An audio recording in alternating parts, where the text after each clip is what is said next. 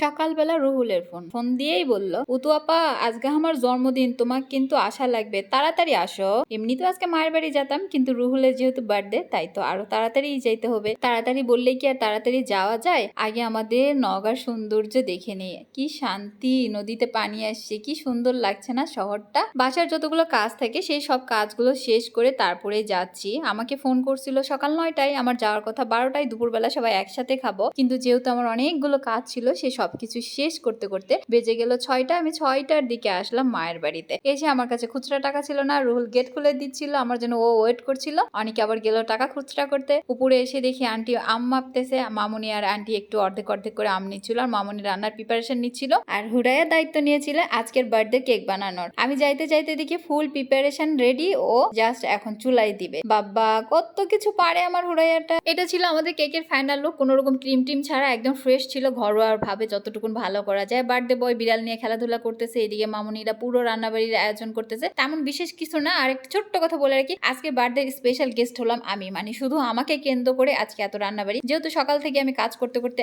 একদম কাঙ্গাল হয়ে গেছি, তাই মায়ের বাসায় এসে আগে খেতে হবে। সবকিছু একটু ভিডিও ক্যাপচার করে নেওয়ার পরে মামুনি আমাকে খেতে দিল, আমি বসে আরাম করে খাচ্ছিলাম কুরবানির মাংস দিয়ে ভাত। মায়ের বাড়ির কি যে শান্তি, দুনিয়ার যেখানেই থাকি না কেন মায়ের বাড়ি মানেই একটা শান্তির জায়গা। এদিকে আমার ছোট বোন মেহরিনের বাবু হয়েছে, আন্টি তাকে বিকালবেলা ছাদে রোদ খাওয়ানোর জন্য নিয়ে আসছে। ভাবছিলাম বাচ্চাকে দেখতে সন্ধ্যাবেলা যাবো, কিন্তু হঠাৎ করে আমার বাসায় আবার চলে আসছি, তার যাওয়া হয়নি। আর এত ছোট কাঁঠাল আমি কোনোদিনও দেখি নাই। এদিকে মামুনিদের রান্নাবাড়ি চলতেছে, বিশেষ কিছু রান্না না, শুধু ঝালের বিরিয়ানি, কজ আমি ঝাল বিরিয়ানি খুবই পছন্দ করি। আর হুড়ায়ের প্রতিভা আপনাদের সাথে আজকে শেয়ার করবো চলো। এই যে ওয়ালমেটটা দেখছেন ফ্লাওয়ার ভেজের, এটা হুড়ায় নিজে অর্ডার করে দারাজ থেকে ওগুলো প্রোডাক্ট নিয়ে এসে বানাইছে। দেন এই ফ্লাওয়ার ভেজটা ও প্রিন্ট করছে, এই ফ্লাওয়ার ভেজটা ও প্রিন্ট করছে, তারপরে গাছগুলোর যত্ন করে পারফেক্ট করছে। আমার বাসা থেকে মানি প্ল্যান্ট আনছে, ওর গাছটা কত সুন্দর হয়েছে, আমারটা তেমন ভালো হয়নি। নয়নতারা গাছে অনেকগুলো ফুল ফুটছে, তারপরে এই নতুন ফুলটা মামুনি কিনছে, ভালো লাগলো দেখে। তারপর ওর একটা ছোট্ট ডায়েরি বের করলাম, এই যে কিছু ডিজাইনিং ড্রেস, তারপর ছোট ছোট করে প্রিন্ট করেছে, ওয়ালমেট আঁকাইছে, কিছু ডিজাইন আঁকাইছে, তারপর বডি বিল্ডার, ওয়াও, তারপর লিপ কিস দিয়ে কত কিছু বানাইছে, অ্যাবাউট মি দিয়ে ওর কিছু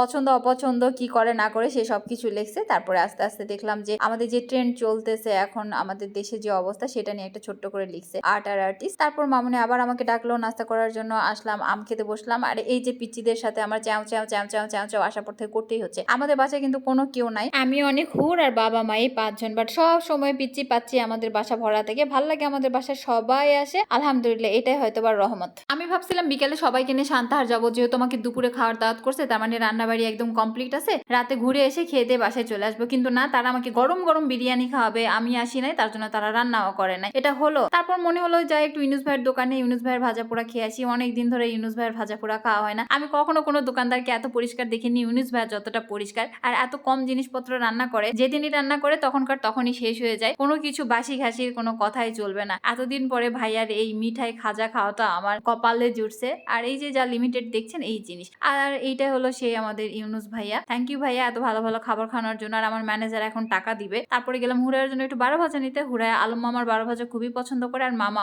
অনেক বেশি পরিষ্কার। দুই ভাই বোন আমাদের যা যা না লাগবে নিয়ে টিয়ে হাঁটলাম, হাঁটতে হাঁটতে বাসায় চলে আসতেছি। এখন বাসায় আসার পর সবাইকে নিয়ে একসাথে আবার নাস্তা করতে বসলাম। মামুনি, আমি, হুড়াইয়া, আন্টি সবাই মিলে খাচ্ছিলাম। ততক্ষণে কেবল সন্ধ্যা হবে হবে একটা ভাব, আর হঠাৎ করে বাতাস থেমে গেল, এতটাই গরম। এভাবে আন্টি আমাদেরকে একটু পাখার বাতাস দিচ্ছিল, হুড়াইয়া একটু রুহুলকে খাওয়া দিচ্ছিল। তারপরে সুন্দর একটা নাস্তা শেষ করে ফেললাম। মামুনির রান্না মোটামুটি কমপ্লিট হয়ে গেল। আসছি মাত্র 1 ঘন্টা হলো, এর মাঝে অনেকে এসে আমার সাথে দেখা করে করে চলে গেছে। সবার ভিডিও ক্লিপ তার নেওয়া যায় না। থ্যাংক ইউ সবাইকে যে সবাই আমাকে এত বেশি ভালোবাসে। আমার বাবার বাড়ির এই জায়গাটা আমার সব থেকে বেশি পছন্দের। দিনের বেলা আলো দেখা যায়, রাতের বেলা আলো দেখা যায়। ইনফ্যাক্ট আমি ওখানে দিনের বেলা আকাশ দেখতে দেখতে ঘুমিয়ে পড়ছিলাম, আর ঘুম থেকে উঠে দেখি একদম জ্যোৎস্না আমাদের জানালাই চলে আসছে। পৃথিবীর সব থেকে বড় লোক আমরা শুয়ে শুয়ে জ্যোৎস্না দেখতে পারি। তারপরে আমাদের অডিয়েন্সরা সবাই চলে আসছে, আন্টিরা সবাই চলে আসছে আমার সাথে দেখা করার জন্য। ওদের চেঁচামেচিতে আমার ঘুমটা ভেঙে গেছে, তা না হলে আমি আরো ঘুমাতে পারতাম। আমার মনে হয় আপনারা ভিডিওটা দেখে অনেক এনজয় করতে পারবেন। কতগুলো পুচ্চি পাচ্চি মিলে, আন্টিরা আমরা সবাই মিলে এরকম গল্প করতেছি। আমাদের বাসায় যতক্ষণ আমি থাকি ততক্ষণ এরকম আড্ডা চলে। আর রুজি আন্টি হুড়ার চশমা পরে একটু টায়াল দিচ্ছিল, আর কি যেন বক্তৃতা মারতেছিল প্রধানমন্ত্রীর মতো।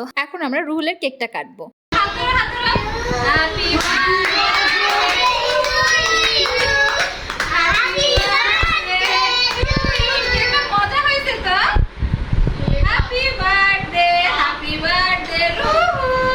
হঠাৎ করে সকালের দাওয়াত পাইলাম, আগের থেকে একটু জানলে তা ওর জন্য একটা কেক নিয়ে যেতে পারতাম বা অন্য কোনো অ্যারেঞ্জমেন্ট করতে পারতাম। যেহেতু ব্যস্ত থাকি তাই আর কি ওইভাবে বিরক্ত করে না। রুহুল একটু আম্মাকে আর তারপরে ওর মাকে খাওয়ালো। আমার মাকে রুহুল আম্মা বলেই ডাকে, তো বড় মাকে আগে খাওয়ালো, তারপর ওর মাকে খাওয়ালো, তারপরে একে একে আমাদেরকে খাওয়ালো। আমরা আবার রুহুলকে খাওয়ালাম, যেটা বার্থডের সময় হয় আর কি। আর কেকটা এত মজা হয়েছিল, থ্যাংক ইউ সো মাচ হুরাইয়া, এত tasty tasty yam yam cake খাওয়ানোর জন্য। বাবলি চলে আসলো, বাবলির পেটে বাবু আর 1 মাস পরে হবে। সবাই বাবলির জন্য দোয়া করবেন। আর হুরাইয়া তো এদেরকে নিয়ে এত বেশি ব্যস্ত হয়ে যায়, আমার মনে হয় নিজের বাচ্চাকে এত ভালোবাসবে না। ও বিড়ালদের জন্য যে ভালোবাসাটা সবসময় দেয়। এরই মাঝে বেজে গেল 8টা, আমাদেরকে খাবার খেয়েছে আবার চলে যেতে হবে। উনি আমাদের 3 ভাই বোনদেরকে খাবার খেতে দিল। আর সবাই আমার বাবার কথা জিজ্ঞাসা করে, আমার বাবা কোথায়, বাবাকে দেখা যায় না। এই যে সারাদিন পরে আমার বাবা বাসায় আসছে, আরামে শুয়ে আছে। তিনি একটি শান্তির প্রেমিক লোক, সুন্দর করে শান্তিতে ঘুমাচ্ছে। আর আমরা 3 ভাই বোন সোফায় বসে খাচ্ছি। আমাদের এরকম খাওয়া দেখে অনেকেরই মনে হতে পারে আমাদের ডাইনিং টেবিল নাই, তাতে আমাদের কোনো কিছু যায় আসে না। আমাদের ডাইনিং টেবিল ঠিকই আছে, কিন্তু আমরা এভাবে বসে খেতে পছন্দ করি তাই। আর আমাদের খাওয়া দেখে আমাদের পুচু ভাইয়া